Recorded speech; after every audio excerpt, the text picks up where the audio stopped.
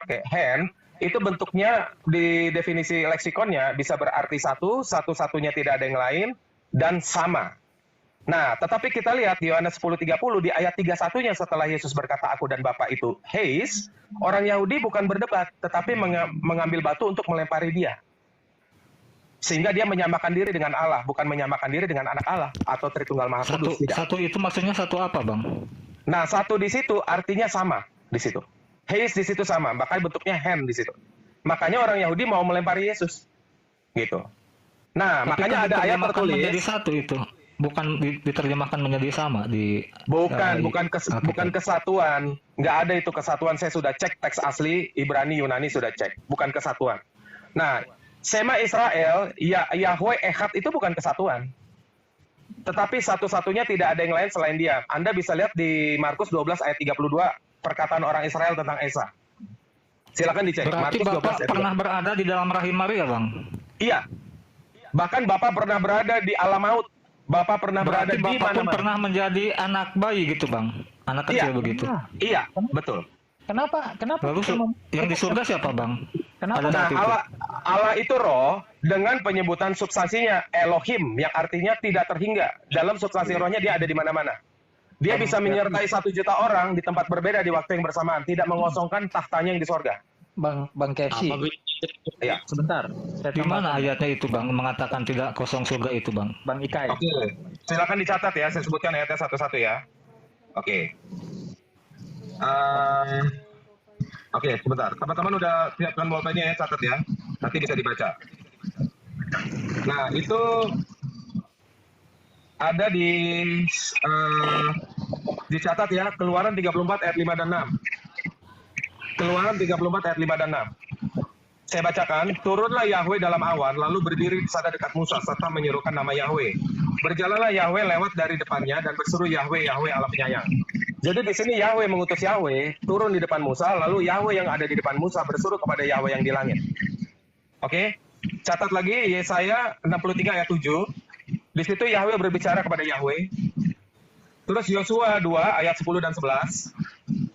Terus Kejadian 18 ayat 1 ngeling ke Kejadian 19 ayat 24. Ada Yahweh di bumi, ada Yahweh di langit. Terus Ibrani 1 ayat 8, di situ Yahweh mengatakan bahwa anak adalah Yahweh, adalah Allah. Terus Mazmur terakhir, Mazmur 2 ayat 6 sampai 7. Saya tambahin lagi Yesaya 63 ayat 1 sampai 5 dibaca. Yesaya 63 ayat 1 sampai 5 itu Yahweh berbicara kepada Yahweh. Berdiskusi kepada Yahweh. Itu tidak ada Yahweh anak, tidak ada Yahweh Bapa. Yahweh itu hanya Bapa itu saja.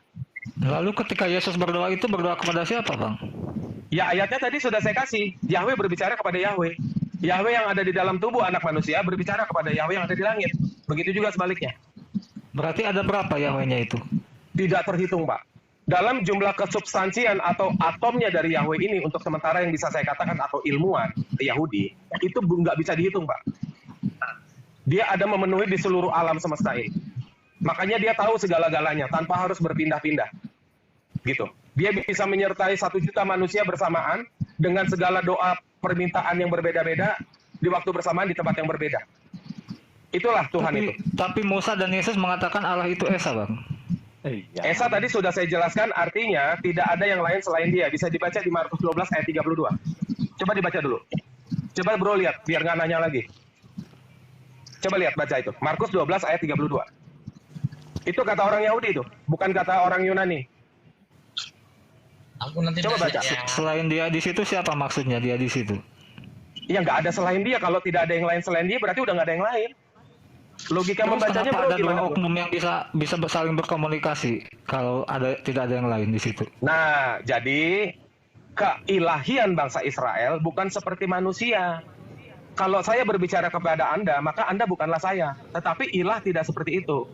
Dulu waktu saya masih di dalam dunia kebatinan, sama seperti Tony itu bisa buat dirinya menjadi 7. Gitu. Tapi kan Ya, itu bisa bisa-bisanya membuat saja Anda dirinya menyimpulkan menjadi 7. begitu, Bang. Padahal Dan hal itu dalam tekstualnya dunia tidak ada supranatural sudah dikatakan biasa begitu. ilmu itu. Gitu. Itu salah satu teknologi ilahi. Dan ilahi tidak pernah terbatas akan itu. Kalau dia mau menghampiri saudara, mendatangi saudara di Bekasi, ya, Itu ada orang yang 1 juta yang juga minta untuk Tuhan datang. Dia nggak ngantri, Pak. Ngantri dulu ya, kamu nanti saya datangnya 10 tahun lagi. Gitu. Jadi Tuhan bisa mendatangi orang-orang itu, 1 miliar orang di dunia ini didatangi, tidak harus mengantri, Pak. Dan menjawab doa yang berbeda-beda, 1 miliar doa, tidak harus ngantri, Pak. Boleh Itu saya Tuhan. pertanyaan saya? Bukan seperti manusia. Seperti ya? Ya.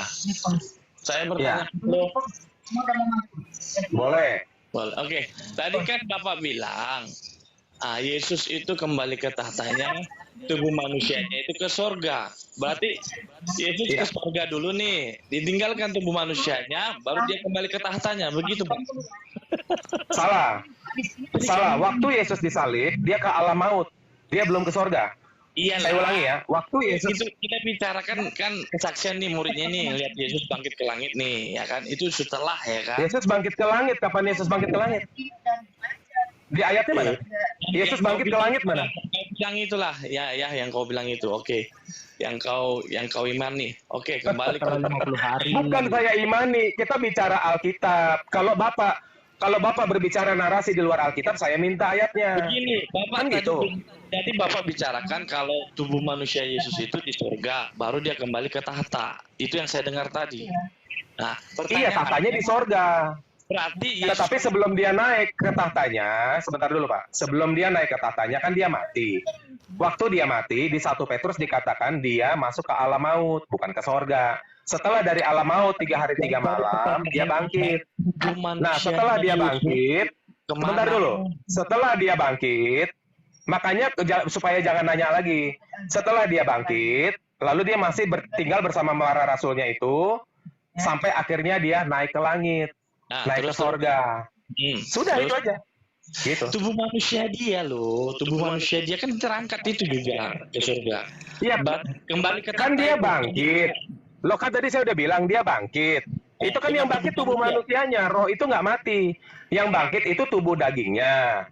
Dari alam maut setelah 3 hari 3 malam, sesuai dengan tanda Yunus. Setelah itu dia rohnya bersama tubuh manusianya masih bersama para rasul sampai akhirnya dia roh dan tubuhnya itu naik ke sorga. Jadi Begini, naik Itu. tubuh manusianya. bentar Bang Kepsi. Gimana? Diubah, Bang Kepsi. Bang, diubah tubuh manusia menjadi tubuh kemuliaan. Maksudnya Bang Salman. Iya. Diganti tubuh kemuliaan.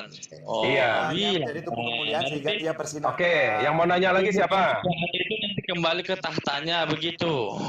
Iya, ketika naik ke sorga, dia kembali ke tahtanya sebagai Bapa. Dan itu ayatnya di Yohanes 20 ayat 17 tadi yang saya sebutkan. Gitu. Tubuh kemuliaan.